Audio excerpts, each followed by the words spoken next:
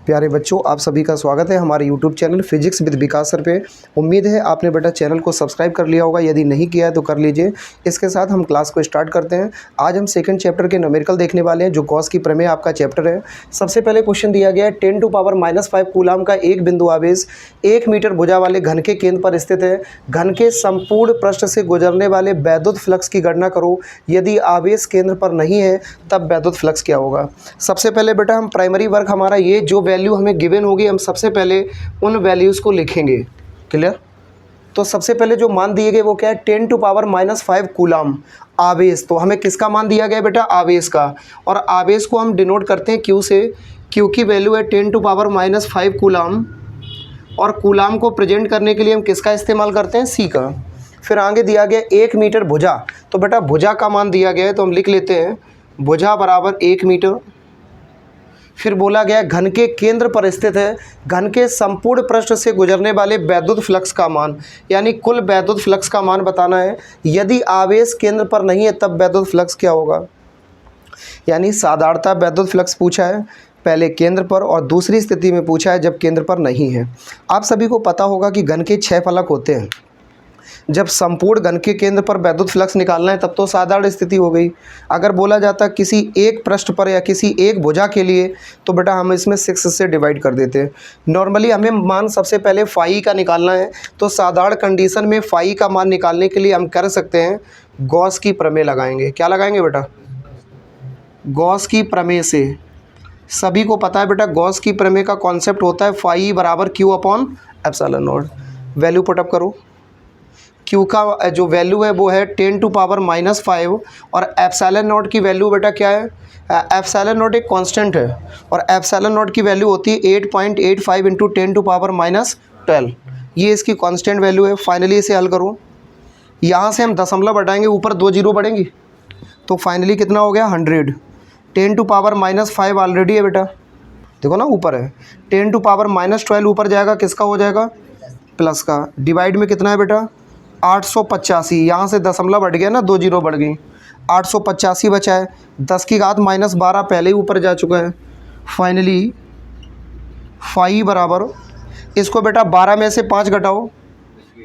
100 × 12 में से 5 घटाएंगे तो 10 की घात कितना आया, 7। बड़ी संख्या का चिन्ह लगाएंगे तो क्या आएगा, प्लस। 12 प्लस का है। डिवाइड में कितना है 885। फाइनली बेटा इसको हमें हल करना है। 10⁻7 ये 100 ये लिखा है, तो आप सभी को मालूम होगा बेटा 100 में 885 से हम भाग नहीं कर पाएंगे। 1 जीरो उधार ले लो, कितना हो गया 1000, है ना। 100 छोटी संख्या है ना। 10 कितना बचा 6। डिवाइड में कितना है 885। अब बेटा 885 से भाग दोगे 1000 में, आप सभी को पता है 885 छोटा और 1000 बड़ा है, लेकिन एक बार भाग जाएगा, ऐसे ही कुछ तो होगा। तो जब बेटा आप फाइनली भाग दोगे तो फाइनली जो भी भाग जाएगा और जो भी आएगा वो 1 पॉइंट करके होगा × 10⁻6। ये मेरा फाइनल आंसर हो जाएगा। इसके बाद बोला है यदि आवेश केंद्र पर नहीं है तब वैद्युत फ्लक्स कितना होगा। आवेश केंद्र पर हो या ना हो, क्योंकि हमारे उसके केंद्र से कोई मतलब ही नहीं है। वैद्युत फ्लक्स का मान के लिए सूत्र होता है Q/ε0। वैद्युत फ्लक्स का मान किस पे निर्भर करता है बेटा, आवेश पर। हो कहीं भी, उससे फ़र्क नहीं पड़ता। क्लियर। बंद पृष्ठ के अंदर कहीं भी आवेश हो उससे फ़र्क नहीं पड़ता, चाहे वो केंद्र पर हो चाहे किसी भी पॉइंट पर हो। फाइनली वैद्युत फ्लक्स का मान कितना रहेगा, इतना ही रहेगा। यहाँ पे बेटा जो भी आएगा आप डिवाइड कर लीजिएगा। उम्मीद है स्क्रीनशॉट ले लीजिए, नोट कर लीजिए। अब बेटा हम लोग नेक्स्ट क्वेश्चन को देख रहे हैं। बोर्ड पे ऑलरेडी लिखा हुआ है क्वेश्चन, ध्यान दीजिएगा। यदि 1 कूलाम का स्थिर वैद्युत आवेश 1 मीटर भुजा वाले घन के केंद्र पर स्थित है, तो घन के किसी एक फलक से गुजरने वाले कुल वैद्युत फ्लक्स का मान क्या होगा। सबसे पहले बेटा हम लोग वैल्यू को ज्ञात कर ले कोशिश करते हैं। यदि 1 कूलाम का आवेश जो दिया गया है मान हम लिखते हैं, क्यू का मान कितना है बेटा 1 कूलाम। स्थिर वैद्युत आवेश 1 मीटर भुजा वाली भुजा का मान कितना दिया गया है, 1 मीटर। घन के केंद्र पर स्थित है, तो घन के किसी एक फलक से गुजरने वाले वैद्युत फ्लक्स का मान क्या होगा। हमसे फाई का मान पूछा गया है। हल करने के लिए बेटा हम वही गॉस की प्रमेय क्या लगाएंगे। एक घन में बेटा 6 फलक होते हैं, कितने होते हैं 6। अब 6 फलक होते हैं, बोला गया किसी एक फलक से गुजरने वाले, तो गॉस की प्रमेय का सूत्र होता है फाई बराबर क्यू अपॉन एप्सिलॉन नॉट। किसी एक फलक से गुजरने वाले के लिए अब मान लो एक क्लास में 24 बच्चे हैं और 24 टॉफ़ियाँ बांटनी हैं, तो प्रत्येक बच्चे को कितनी कितनी टॉफ़ी मिलेगी, 24/24। 24 टॉफ़ियाँ 24 बच्चे, तो 24 में 24 का भाग दे देंगे तो 1 आएगा, यानी हर बच्चे को कितनी कितनी टॉफ़ी मिलेगी, 1-1। तो उसी हिसाब से हम सीधा सा कह सकते हैं कि किसी एक फलक से निकालना है तो इसमें हम 6 का भाग कर देंगे, इसके कितने टुकड़े हो जाएंगे, 6 बराबर बराबर। तो फाई बराबर किसी एक फलक से गुजरने वाले के लिए हो जाएगा Q upon 6 epsilon naught. Clear, ये हो जाएगा संपूर्ण के लिए और ये हो जाएगा बेटा किसी एक फलक से। क्लियर, घन में कितने फलक होते हैं, 6। आप पिछले वाले वीडियो में पिछले वाले आप क्वेश्चन में देख सकते हो, उसमें पूछा गया था संपूर्ण वैद्युत फ्लक्स और इसमें क्या पूछा गया, किसी एक फलक से। तो यहाँ पे हम 6 से भाग कर देंगे। फाई बराबर क्यू का मान कितना दिया गया है सवाल में, 1/6 तो नंबर है, एप्सिलॉन नॉट का मान रख दो बेटा 8.85 × 10⁻12। इसको कैलकुलेट कर लीजिएगा, उम्मीद है आपका आंसर आ जाएगा। Just note down. बच्चों नेक्स्ट क्वेश्चन देखते हैं। बोर्ड पे ऑलरेडी क्वेश्चन लिखा हुआ है, आप लोग देख सकते हैं। एक समान रूप से आवेशित 2 मीटर त्रिज्या वाले गोली चालक पर आवेश का पृष्ठ घनत्व 80 माइक्रोकूलाम प्रति मीटर स्क्वायर है, तो चालक से निकलने वाले कुल वैद्युत फ्लक्स का मान कितना होगा। सबसे पहले बेटा जो दिए गए मान है उनको हम पहले लिखने की कोशिश करते हैं, हमारा प्राइमरी वर्क वही होना चाहिए। एक समान रूप से आवेशित 2 मीटर त्रिज्या को बेटा इंग्लिश में हम रेडियस कहते हैं, इसलिए आर बराबर क्या दिया गया है, 2 मीटर। दूरी का ऐसा ही मात्रक मीटर होता है, मीटर में लिखा है, कोई दिक्कत नहीं। गोलीय चालक पर आवेश का पृष्ठ घनत्व, तो पृष्ठ घनत्व को हम किससे प्रदर्शित करते हैं, सिग्मा से। अगर रेखीय आवेश घनत्व होता तो क्या लिखते हैं बेटा, लैम्डा। तो पृष्ठ आवेश घनत्व सिग्मा का मान दिया गया हमें 80 माइक्रोकूलाम प्रति मीटर स्क्वायर, माइक्रोकूलाम प्रति मीटर स्क्वायर। आप सभी को मालूम है बेटा सिग्मा बराबर फॉर्मूला होता है Q अपॉन A, इसके हिसाब से इसका मात्रक होता है कूलाम प्रति मीटर स्क्वायर। यहाँ पे क्या लिखा है, माइक्रो। तो सबसे पहले प्राइमरी वर्क हमारा है, माइक्रो कूलाम को हम किस में बदलेंगे, कूलाम में। इसको एसआई मात्रक में बदलेंगे, तो माइक्रो को साधारण मात्रक में बदलने के लिए हम 10⁻⁻6 से मल्टीप्लाई करते हैं। क्लियर, अब हमारा ये बेटा किस में चेंज हो गया, कूलाम प्रति मीटर स्क्वायर, यानी कि एसआई यूनिट इस्तेमाल करनी है। तो माइक्रो कूलाम को हमने कूलाम में बदला, जिसके लिए 10⁻⁻6 का मल्टीप्लाई किया। दोनों बेटा बात एक ही है, बस रूप अलग अलग है। क्लियर, क्वांटिटी दोनों की इक्वल है, बस यूनिट अलग अलग है, जैसे 1000 ग्राम या 1 किलो, एक ही बात है। इसके बाद क्या बोला जा रहा है, चालक से निकलने वाले कुल वैद्युत फ्लक्स का मान कितना होगा। वैद्युत फ्लक्स को बेटा हम क्या बोलते हैं, फाई ई। वैद्युत फ्लक्स का आपके पास यही तो गॉस की प्रमेय में अगर देखा जाए तो एक ही फॉर्मूला है, गॉस की प्रमेय जो है। लेकिन एक बार चेक करके देखो क्या गॉस की प्रमेय से ये लग सकता है। गॉस की प्रमेय होती है फाई बराबर क्यू अपॉन एप्सिलॉन नॉट, जिसमें एप्सिलॉन नॉट का मान तो कांस्टेंट है और क्यू का मान हमें पता होना चाहिए। क्या इसमें क्यू का मान पता है, नहीं पता है। एक बार और चेक कर लो, फाई बराबर होता है ई ए कॉस थीटा। क्या इससे लग सकता है, ना तो ई का मान पता, ना ए का, ना तो थीटा का, ये भी नहीं लगेगा। तो इसमें थोड़ा सा दिमाग लगा लो, इसी से काम चल जाएगा। हाँ गुड। तो बेटा हम नॉर्मली लिखेंगे, प्रश्नानुसार सबसे पहले कौन सी शर्त लगाएंगे बेटा, गॉस की प्रमेय। क्या लगाएंगे, तो गॉस की प्रमेय क्या होती है बेटा, फाई बराबर क्यू अपॉन एप्सिलॉन नॉट। इसमें बेटा क्यू का मान हमें दिया नहीं गया, लेकिन रूप बदल के हम लिख सकते हैं क्या, कि हमने पढ़ा है सिग्मा बराबर होता है क्यू अपॉन ए, यही तो पढ़ा है। तो हम क्यू की जगह ये ए हमारा इधर आएगा, मल्टीप्लाई में आ जाएगा, यानी फाइनली हम लिख सकते हैं ए इंटू सिग्मा बराबर क्यू, यानी क्यू की जगह हम क्या लिख सकते हैं, ए इंटू सिग्मा रख दो। तो फाई ई बराबर हो जाएगा, इस क्यू की जगह क्या लिखेंगे, A into sigma upon epsilon naught. पहले बताओ इतने में कोई दिक्कत तो नहीं। मेरे पास जो फाई बराबर क्यू अपॉन एप्सिलॉन नॉट था, इस क्यू की जगह पे हमने क्या लिखा है, सिग्मा इंटू ए। तो फाइनली हमारा फार्मूला बन गया फाई बराबर sigma into A upon epsilon not. इतने में कोई दिक्कत तो नहीं। अब बेटा एक बात बताओ, एक बार वेरीफाई करो, क्या सिग्मा का मान पता है, हाँ पता है। क्या ए का मान पता है, कतई नहीं पता है। गोली चालक दिया गया, गोली चालक दिया गया, तो बेटा ए का मतलब होता है एरिया, और गोले का क्षेत्रफल क्या होता है बताओ। तो यहाँ पे बेटा एक वैल्यू और मेंटेन करेंगे, ए बराबर होता है 4πr²। कोई दिक्कत तो नहीं। तो यहाँ पे बेटा हम फाई बराबर लिख सकते हैं, सिग्मा से बोलेंगे नहीं और ए को छोड़ेंगे नहीं, 4πr² is divided by epsilon not. Actually हमने बेटा इतना रूप बदल के इसलिए कैलकुलेट किया क्योंकि हमें डायरेक्ट यहाँ पे मान नहीं दिए गए थे। सबसे पहले आर का मान दिया गया 2 मीटर हमने लिखा, सिग्मा का मान दिया गया हमने लिखा, वैद्युत फ्लक्स का मान पूछा गया हमने वो भी लिखा। हमने गॉस की प्रमेय लगाई, फाई बराबर Q upon epsilon not. Q का मान पता नहीं था तो हमने फार्मूला लगाया सिग्मा बराबर क्यू बटे ए, तो क्यू बराबर क्या हो गया सिग्मा इंटू ए। फाइनली मान रख दिया फाई बराबर सिग्मा इंटू ए बटे एप्सिलॉन नॉट, जिसमें ए का मान नहीं पता है, नहीं दिया गया, लेकिन आर दी गई है और बोला गया गोली चालक है। सबको पता है बेटा गोले का क्षेत्रफल क्या होता है 4 पाई आर स्क्वायर। क्लियर, स्पेरिकल जो एरिया होता है वो 4 पाई आर स्क्वायर होता है। ए का मान रखा 4 पाई आर स्क्वायर। अब इसमें सारी वैल्यू पुटअप कर दो। फाई से बोलेंगे नहीं, सिग्मा को छोड़ेंगे नहीं। सिग्मा का मान कितना है बेटा, ये ऐसा ही वाला रखो 80 गुणे 10 की घात -6। 4 को 4 लिखो। पाई का मान बेटा 22/7 या 3.14, एक ही बात है 3.14। आर की वैल्यू क्या है 2 है ना, लेकिन आर का क्या करना है स्क्वायर, तो 2 इंटू 2। डिवाइड में क्या लिखा है बेटा एप्सिलॉन नॉट। एप्सिलॉन नॉट की वैल्यू होती है 8.85 इंटू 10⁻12। अब इसको कैलकुलेट करना है बेटा, बेसिक सी मैथमेटिकल प्रोसेस। चलो स्टार्ट करते हैं। 2 का 2 में मल्टीप्लाई करो, 2 दूनी 4, 4 चौको 16 और 16 का 80 में गुणा करना है। 16 अट्ठे 96, पक्का 16 अट्ठे 96 होता है। ये सब हमारे पास एक से 16 अट्ठे 128, एक से होशियार बैठे हैं। 2 दूनी 4, 4 चौको 16 और 16 अट्ठे 128 और 1 जीरो बेटा बोनस में पहले से ना 1280 हो गया। गुणे 10 की घात -6 बच रहा है, ऐसे ही लिख लो, कोई दिक्कत तो नहीं बेटा। 3.14 में 2 अंक बाद दशमलव है, इसमें भी 2 अंक बाद दशमलव है, तो दशमलव से दशमलव कट जाएगा, यानी 314/885। कोई दिक्कत तो नहीं बेटा।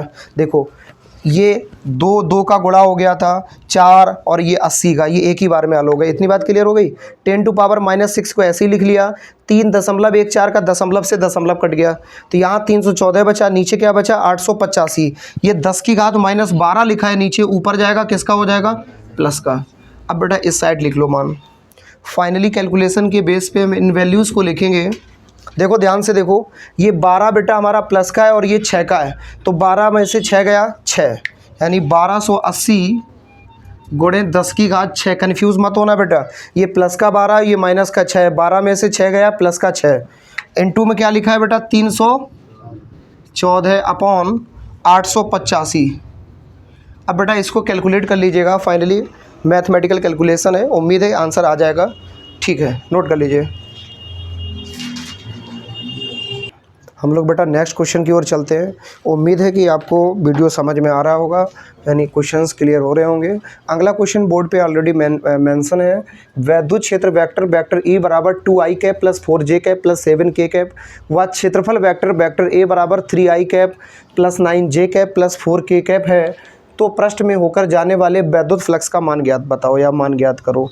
तो जो मान पहले दिए गए बेटा उनको हम पहले नॉर्मली लिखते हैं। वैद्युत क्षेत्र वेक्टर E का मान कितना दिया गया है 2i cap plus 4j cap plus 7k cap. Vector A का मान क्या दिया गया है 3i cap plus 9j cap plus 4k cap. Clear. हमसे किसका मान पूछा गया वैद्युत फ्लक्स का फाई। आप सभी को मालूम है बेटा, हमने बताया था वैद्युत क्षेत्र और क्षेत्रफल इन दोनों का अदिश गुणन वैद्युत फ्लक्स कहलाता है। यानी कि नॉर्मली हम कह सकते हैं वी नो दैट, हम जानते हैं। एक बेसिक कॉन्सेप्ट जो आपको हमने पढ़ाई थी, आप वैद्युत फ्लक्स के वीडियो में जाके आप स्क्रॉल करके देख सकते हैं। फाई ई बराबर फॉर्मूला होता है वेक्टर ई डॉट वेक्टर ए। वैद्युत क्षेत्र और क्षेत्रफल का अदिश गुणन वैद्युत फ्लक्स भी कहलाता है। वैद्युत क्षेत्र में उपस्थित वैद्युत बल रेखाओं की संख्या को वैद्युत फ्लक्स कहते हैं। इस तरह से आपको हमने 2-3 कॉन्सेप्ट बताई थी। यहाँ से अगर वेक्टर हटाएंगे तो यही वाला फॉर्मूला बन जाता है फाई ई बराबर ई ए कॉस थीटा। याद आया? तो इसका वेक्टर हटाएंगे इस वाले फार्मूले को लगा के, vector A dot vector B बराबर ए बी कॉस थीटा। याद करो, ये फार्मूला पढ़ा है फिजिक्स में और मैथ में वेक्टर में। तो इस फार्मूले से इसको तोड़ेंगे तो ये वाला रूप हमें मिल जाएगा। इसी हिसाब से हम यहाँ पे एक्चुअली वेक्टर में मान दिए गए तो हम वेक्टर वाला फार्मूला लगा रहे हैं। क्लियर, मान रखो बेटा, बहुत आसान है कैलकुलेशन करना। तो फाई ई से हम बोलेंगे नहीं, वेक्टर ई का मान क्या है 2i cap plus 4j cap plus 7k cap, बीच में क्या है डॉट, डॉट लगा दो। 3i plus 9j plus 4k। अब बेटा यहाँ पे एक्चुअली डॉट लगा, इसका सीधा मतलब है दो सदिश राशियों का अदिश गुणन। अगर बीच में क्रॉस लगा होता तो इसको बोलते हैं हम दो सदिश राशियों का सदिश गुणन। क्या बोलते हैं? यानी इस प्रोसेस में हमें बहुत आसानी है। अगर दूसरी प्रोसेस होती वो हमारे लिए बहुत टफ होती है, उसमें काफ़ी लंबी प्रोसेस होती है। यहाँ पे हमारे लिए थोड़ा आसान होने वाला है क्योंकि यहाँ पे डॉट लगा है, मतलब दोनों का मल्टीप्लाई है लेकिन फॉर्मेट अलग अलग होती है। हल करने के लिए हमें जो प्रारूप फॉलो करना है वो क्या करना है, आई कैप का आई कैप में गुणा करेंगे, जे कैप का जे कैप में और के कैप का के कैप में। इतनी बात समझ में आई? बहुत आसान है। आई कैप का आई कैप में, जे कैप का जे कैप में और के कैप का के कैप में। जो चिन्ह है बीच में वो लगाते चले जाएंगे। जब आई कैप का आई कैप में करेंगे तो आई कैप का आई कैप में नहीं होगा बल्कि आई कैप के गुणांक का आई कैप के गुणांक में होगा। मतलब इस आई कैप का गुणांक कितना है बेटा? 2। इसका गुणांक कितना है? 3। 3 और 2 का जब मल्टीप्लाई करेंगे तो फाइनली हम लिख सकते हैं 3 दूनी 6। कोई दिक्कत तो नहीं? आई कैप छूट जाएगा, कोई दिक्कत नहीं। फिर देखो बेटा चिन्ह क्या है? प्लस प्लस, कोई दिक्कत तो नहीं। अगर प्लस माइनस होता तो क्या कर देते हम? माइनस। प्लस माइनस माइनस, लेकिन प्लस प्लस है तो क्या है? प्लस। इसका जे कैप का और जे कैप का गुणांक, यहाँ देखो 4 है, यहाँ कितना है? 9। गुणांक का गुणा कर दो, 9 चौको 36। यहाँ पे के कैप है, यहाँ पे के कैप, दोनों में प्लस प्लस है। 7 का 4 में कर दो 28। हो गया? हो गया। आई कैप जे कैप के कैप छोड़ देंगे, बस इनके गुणांकों का आपस में गुणा हो जाएगा। तो फाइनली बेटा फाई ई बराबर क्या है? 36 और 6 कितना होता है? 36 और 6 42, और 42 और 28 42 और 8 हो जाएगा 50 20 70। ये बेटा फाइनल आंसर हो गया। उम्मीद करते हैं आपको समझ में आया होगा। अगर मान लो ऐसी स्थिति होती कि वैद्युत क्षेत्र और क्षेत्रफल में एक के मान तो सारे दिए जाते, आई कैप जे कैप और के कैप, और दूसरे वाले फॉर्मेट में पता नहीं कोई एक दिया जाता बाकी ना दिए जाते, तो कैसे करते? इसको नोट कर लो फिर बताते हैं। देखो बेटा हम लोग नेक्स्ट देखते हैं। नेक्स्ट क्वेश्चन ऑलरेडी बोर्ड पे हमने मेंशन कर दिया है, जिसमें आप बेहतर तरीके से देख पा रहे हैं। वेक्टर ई के मान तो प्रॉपर दिए गए हैं, वेक्टर ए का जो मान है वो केवल एक डिजिट में बचा हुआ है 9j कैप। इसमें आई कैप और के कैप क्या है? मिसिंग है। तो सबसे पहले हम बेटा अपना प्राइमरी वर्क करते हैं। जो गिवन वैल्यूज़ हैं हम उनको मैंसन करते हैं। सबसे पहले हमें किसका मान दे रखा है? वेक्टर ई का 2i cap plus 4j cap plus 7k cap. Vector A का मान कितना है बेटा? 9j cap. बताओ इतनी बात क्लियर हुई? हमें मान किसका चाहिए बेटा? मान चाहिए वैद्युत फ्लक्स फाई का। हमने फॉर्मूला पढ़ के रखा है, फाई बराबर vector E dot vector A. Am right? मान रखो बेटा। तो फाई बराबर वेक्टर ई का मान कितना है? 2i cap plus 4j cap plus 7k cap. अब बेटा डॉट लगाएंगे, वेक्टर ए का मान रखो। वेक्टर ए का मान केवल हमें पता है 9j कैप। क्लियर? जब आई कैप और के कैप मिसिंग है, इसमें आई कैप और के कैप दोनों है, तो यहाँ पे हम अपने मन से मान लेंगे 0 आई कैप प्लस 0 के कैप। कोई दिक्कत तो नहीं? इसका 0 का आई कैप में गुणा करेंगे फिर 0 आएगा, और 0 को जोड़ेंगे कोई फ़र्क नहीं पड़ेगा। 0 का के कैप में गुणा करेंगे 0 आएगा, 0 को जोड़ेंगे कोई फ़र्क नहीं पड़ेगा। बेस्ट अंडरस्टैंडिंग के लिए इसको हम ऐसा लिख सकते हैं। हल कर लो बेटा। 2 का 0 में गुणा करो 0 प्लस 4 का 9 में गुणा करो 36, 7 का 0 में गुणा करो 0। अब बेटा एक बात बताओ, 0 को 36 में जोड़ो तब भी कुछ नहीं होगा, इसको जोड़ो तब भी कुछ नहीं होगा। फाइनली कितना आ गया बेटा? 36। उम्मीद करते हैं कॉन्सेप्ट क्लियर हो गई होगी। अभी तक चैनल को सब्सक्राइब नहीं किया तो कर दीजिए, लेकिन अभी जाइए नहीं, अभी क्वेश्चन और है। नेक्स्ट क्वेश्चन बेटा बोर्ड पे मेंशन है, एक बार हम लोग क्वेश्चन पे कंसंट्रेट करते हैं। क्वेश्चन दिया गया है 4500 फ्लक्स रेखाएं किसी निश्चित आयतन के क्षेत्र में प्रवेश करती हैं, जिसमें 2500 फ्लक्स रेखाएं बाहर निकल रही हैं, तो वैद्युत फ्लक्स और आवेश का मान बताओ। सबसे पहले बेटा वही हमारा रोज का रोना, सबसे पहले दिए गए जो मान हैं वो पहले मेंशन करते हैं। जो प्रवेश कर रही हैं वो फ्लक्स रेखाएँ कितनी हैं? प्रवेश करने वाली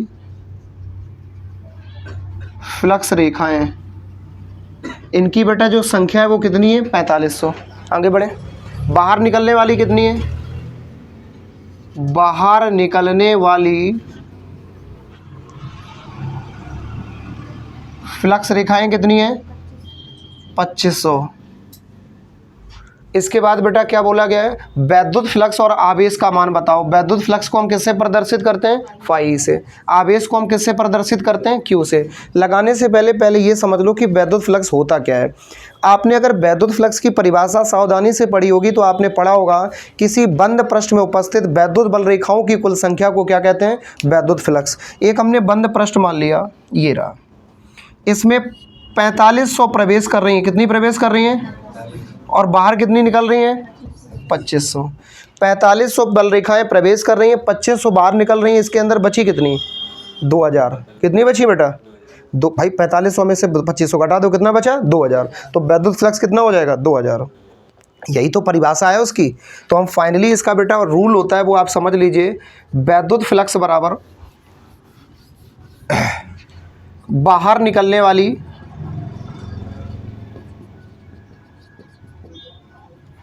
निकलने वाली माइनस प्रवेश करने वाली, उल्टा होता है सूत्र। हाँ, बाहर निकलने वाली माइनस प्रवेश करने वाली।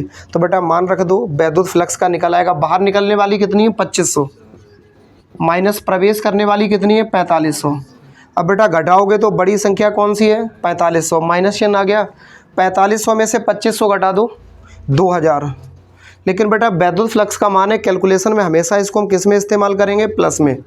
क्लियर, एक संख्या है, संख्या इस प्रकार से कभी माइनस में नहीं होगी।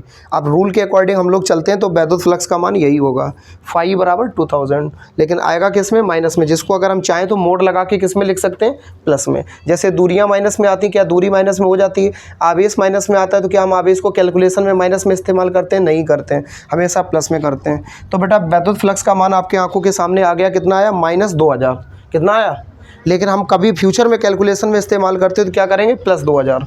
आगे बात करते हैं किसका मान चाहिए, आवेश का। तो बेटा आवेश का मान निकालने के लिए किसकी प्रमेय लगाएंगे, गॉस की प्रमेय। तो गॉस की प्रमेय क्या कहती है बेटा, फाई बराबर Q अपॉन एप्सिलॉन नॉट।